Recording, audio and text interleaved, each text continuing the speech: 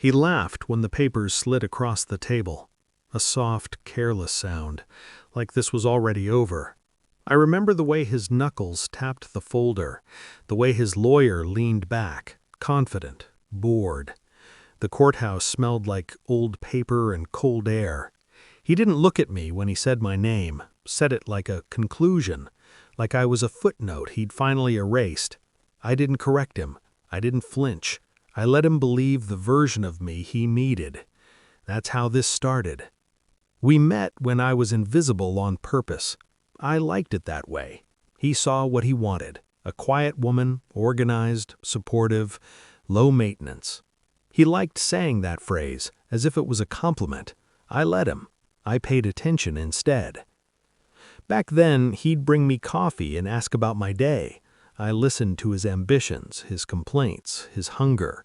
He wanted to be impressive. He wanted to be admired. I learned early that men like him mistake silence for weakness. I never corrected that either. When we married, I folded my life neatly into his. I closed doors. I redirected income. I signed nothing without reading. I kept my name where it mattered. He called me cautious. I smiled and let him feel taller. Love doesn't make you blind, it makes you choose what not to see. The first crack wasn't the affair, it was the impatience, the way he stopped explaining things to me, the way his phone tilted away, just enough, the way we became I. Patterns always confess before people do. I noticed the receipts before the lies, the hotel charges coded as client meetings, the sudden gym obsession with no sweat to show for it. The late nights that smelled like someone else's perfume, layered poorly over guilt. Then came the message, a name I didn't recognize, a heart emoji where there shouldn't have been one. I stared at it long enough to understand something important. Grief is loud, but power is quiet. So I stayed quiet. I didn't confront him. I documented. Screenshots, statements, timelines. I watched him drift further into arrogance, into certainty. He began treating me like furniture, useful, present, unremarkable. That was his mistake. I reactivated accounts he didn't know existed. I moved assets that were already mine by law, just forgotten by memory. I met with a lawyer who didn't underestimate women who don't cry. We spoke in bullet points and outcomes. I asked questions he didn't think to ask. When he finally told me he wanted a divorce, he looked relieved, like he'd won something by default. He laughed when I said, okay. The day of court, he came in confident. Casual suit, smug posture. The woman he'd replaced me with sat 2 rows back, legs crossed, watching like this was theater. I kept my hands folded, my face neutral, my heart steady. The judge reviewed the filings, paused, adjusted her glasses. Then she asked him if he was aware of my independent holdings. He laughed again, actually laughed.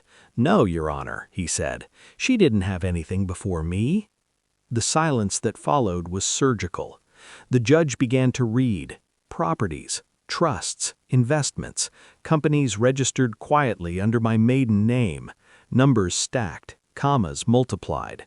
His lawyers stopped smiling. The woman in the back shifted. My husband's laugh died halfway through its echo. The judge looked up. Based on these disclosures, the court recognizes the respondent as the primary financial party.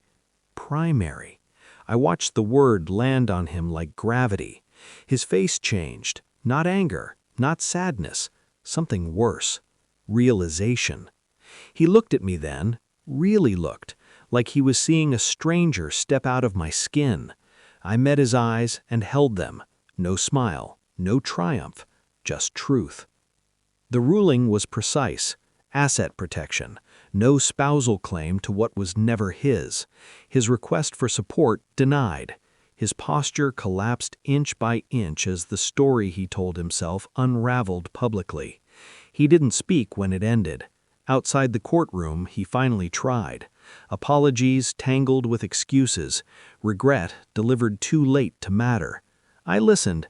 Then I said the only thing worth saying. You laughed because you thought you knew me. I walked away before he could answer. Now, sitting alone, I think about how revenge doesn't feel like fire. It feels like clarity, like balance restored, like walking out of a room you were never trapped in. I didn't destroy him.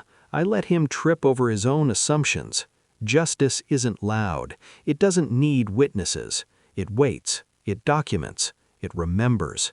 And when the moment comes, it reveals exactly what was hidden in plain sight. I wasn't silent because I was weak. I was silent because I was winning.